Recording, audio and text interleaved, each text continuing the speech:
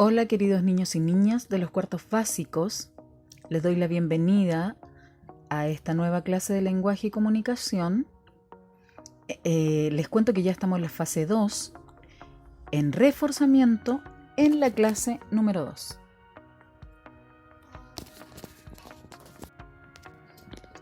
Para comenzar, hoy día nos haremos algunas preguntas para saber qué tengo que hacer en mi aprendizaje o para que se dé el aprendizaje. Aquí sale un niño con un número, el número 1, y dice: en primer lugar me paro, miro y digo todo lo que veo. Entonces, ¿qué es lo primero que voy a hacer? Voy a detenerme para poder mirar a mi alrededor y tomar conciencia de lo que voy a hacer. En este caso, tomar conciencia de que voy a aprender, de que voy a mirar un video, de que voy a escuchar, de que voy a poner atención. Número 2. En el número 2, este niño dice: ¿qué tengo que hacer? Es decir, me voy a preguntar en este minuto en el que estoy viendo el video, ¿qué tengo que hacer? ¿Qué voy a hacer? Mirar el video, sentarme, estar atento, escuchar, observar con mucha atención. ¿Qué voy a hacer? ¿Qué tengo que hacer? En el número 3, el niño dice: ¿cómo lo haré? En la pregunta 3, el niño se pregunta: ¿cómo lo haré? Y aquí también voy a reflexionar y me voy a poner a pensar un poquito, ¿cómo voy a hacer hoy día para que mi aprendizaje produzca fruto? Para internalizar mi aprendizaje. ¿Cómo lo haré? ¿Aprenderé mirando? ¿Aprenderé observando? ¿Aprenderé oyendo? ¿Aprenderé a través de los colores? ¿Aprenderé a través de las letras? ¿Aprenderé escribiendo a lo mejor? ¿Conversando con mi mamá, con mi papá o con el adulto que tenga al lado? Y en el número 4 dice: presto mucha atención. Es decir, que voy a poner todo de mi parte y todos mis sentidos alerta para poder hoy día hacer este reforzamiento que nos va a recordar las 3 últimas clases que hemos tenido estas últimas semanas. Para esta clase vamos a necesitar el cuaderno de lenguaje, mi lápiz, por supuesto, mi estuche, si es que me gusta colorear o destacar alguna cosa.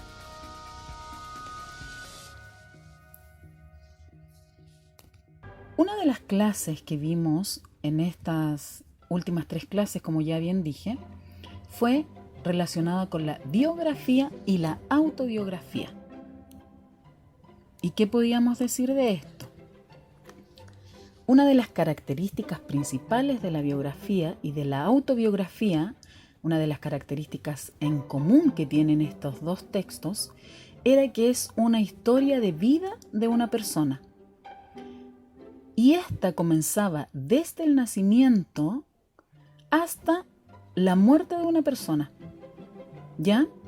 Ahora, sin embargo, habían algunas diferencias. Como característica en común podemos decir que es la historia de vida de una persona. ¿Ya? La biografía comienza desde el nacimiento de una persona hasta la muerte y está escrita en tercera persona. Sin embargo, la autobiografía es la historia de mi vida, pero escrita por mí.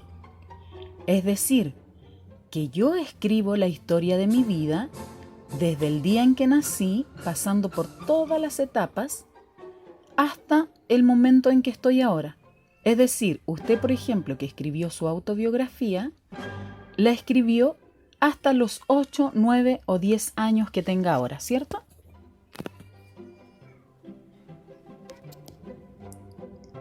Dijimos que como característica y función en común es contar la vida de una persona.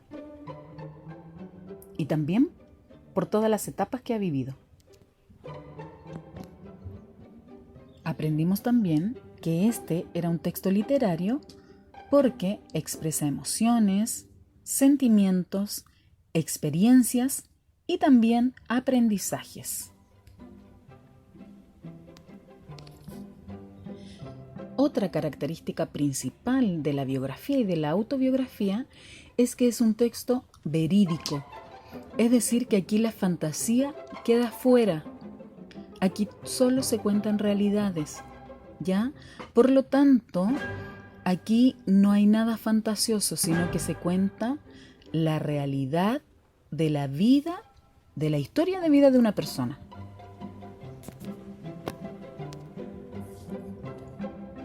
En otra de las clases, y avanzando con este reforzamiento, con este recordatorio que estamos haciendo en este video, vimos lo que eran los textos instructivos.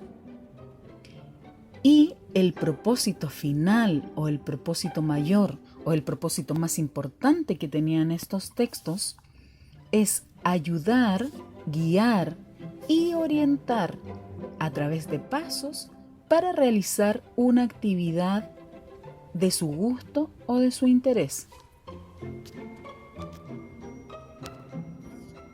Y aquí tenemos dos ejemplos, como es un texto instructivo para el lavado de dientes,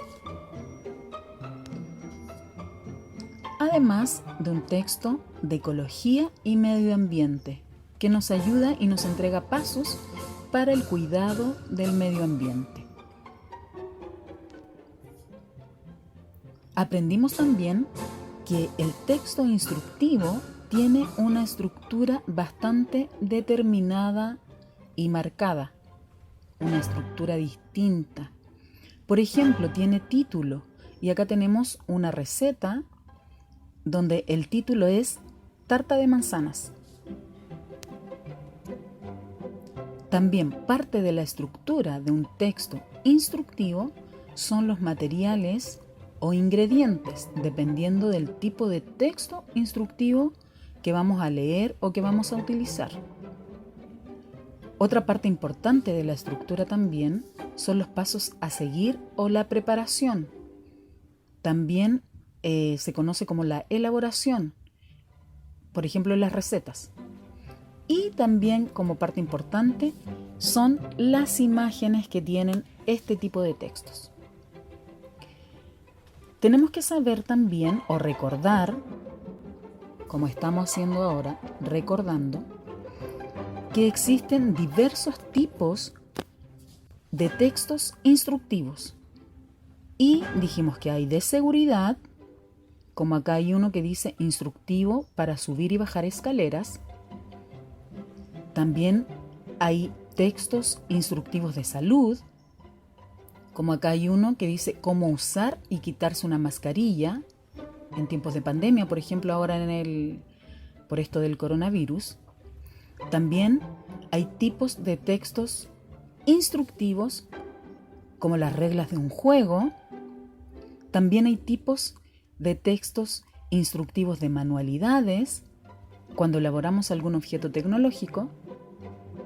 Y también un texto instructivo de cocina, que es la receta que conocemos, que es como la más común.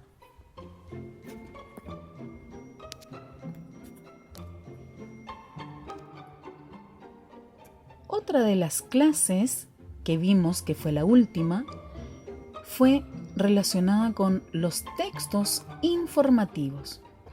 Y dijimos, ¿qué son los textos informativos? Nos decía que un texto informativo es un texto no literario y, como su nombre lo indica, informa y da a conocer hechos.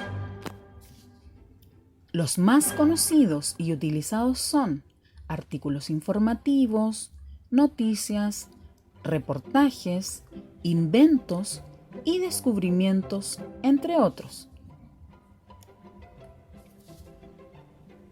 Los lugares más frecuentes para buscar información, o los lugares donde podemos encontrar este tipo de textos, que son los lugares más comunes, los conocemos como los periódicos o los diarios, las enciclopedias, diccionarios e Internet. Podemos también recordar que un texto informativo entrega la información, valga la redundancia, de forma clara y precisa. Y en esto también veíamos que existen actores súper importantes dentro del texto informativo, que son el emisor, el mensaje y el receptor. Esto es súper importante para que se dé la comunicación. Decíamos también que el emisor es aquel que emite el mensaje es la información que se quiere entregar y el receptor es aquel que recibe el mensaje. El emisor tiene que tener súper claro a quién va dirigido el mensaje y tiene que conocer el receptor, es decir, las personas que van a recibir este mensaje.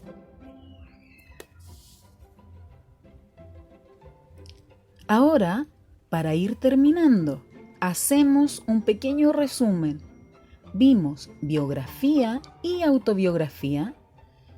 Vimos textos instructivos y textos informativos, comentando que la biografía y la autobiografía es la historia de vida de una persona. La biografía está en tercera persona y la cuenta una persona ajena a mi vida. Sin embargo, la autobiografía es mi historia de vida contada por mí. Esta se cuenta desde el nacimiento de la persona. Los textos instructivos dijimos que eran textos que a través de pasos me guían, me ayudan y me orientan para realizar alguna actividad de mi interés. Y por último, el texto informativo, que es un texto que entrega información clara y precisa, entendida para el receptor a quien yo quiero informar. Llegamos, como siempre, a la escalera de la metacognición. Y es aquí donde quiero que pongan muchísima atención. ¿Por qué? Porque vamos a leer desde la 1 a la 4, como siempre lo hacemos en las últimas clases que lo hemos hecho, ¿cierto? Y donde la número 1 dice, ¿qué he aprendido? ¿Qué he aprendido en este tiempo, en estas últimas clases que he visto, en estos últimos videos que he visto? ¿Qué he aprendido? Me voy a hacer esa pregunta y la voy a responder en mi cabecita. El número 2 dice, ¿cómo lo he aprendido? Y ahí vamos a tomar conciencia de cómo yo he aprendido. A través de la observación, a través del oído, a través a lo mejor de tocar, a lo mejor a través de manipular, ¿ya? La pregunta número 3 dice, ¿para qué me ha servido? ¿Para qué me ha servido aprender lo que he adquirido como aprendizaje en estas últimas clases? Y por último, la pregunta número 4 dice, ¿en qué otras ocasiones puedo usarlo? ¿En qué ocasiones de la vida puedo usar este aprendizaje? Como usted ya sabe, hay un ticket de salida en todas las clases, ¿cierto? Y acá dice, el ticket de salida de este reforzamiento de la fase 2, del reforzamiento clase número 2, dice número 1, escoja 2 preguntas de la escalera de la metacognición y respóndalas en su cuaderno. Usted va a escoger de estas 4 preguntas que acabamos de leer, usted va a escoger 2. Las va a escribir en su cuaderno y las va a responder. Y como número 2, va a dibujar una carita que expresa cómo se siente en este minuto, en el minuto en que usted está haciendo su tarea, en el minuto en el que está usted viendo su video, va a dibujar una carita. ¿Y cómo será esta carita? Puede ser alegre, feliz, contento, o a lo mejor estoy triste porque tengo alguna dificultad, o a lo mejor estoy enojado, estoy aburrido. Ahí usted va a dibujar la emoción exacta que siente en este minuto, ¿ya? Entonces, repito, como ticket de salida, usted va a escoger 2 preguntas de la escalera de la metacognición y las va a responder en su cuaderno. Es eso lo que me tiene que enviar al correo. Recuerde que mi correo es sbaesa@cmch.maristas.cl. Usted va a tomar una foto a esta hoja donde va a responder las 2 preguntas de la escalera de la metacognición, más el dibujo de la carita que tenga. ¿Ya? Quiero felicitar a todos los niños y a todas las niñas que han enviado sus tareas. Son muchísimos, así que también le voy a pedir un poquito de paciencia para la revisión y retroalimentación. Quiero felicitarles también a las familias por el apoyo que les han brindado en este tiempo para poder cumplir con sus tareas. Les envío un abrazo enorme y me despido. Que estén muy bien. Adiós.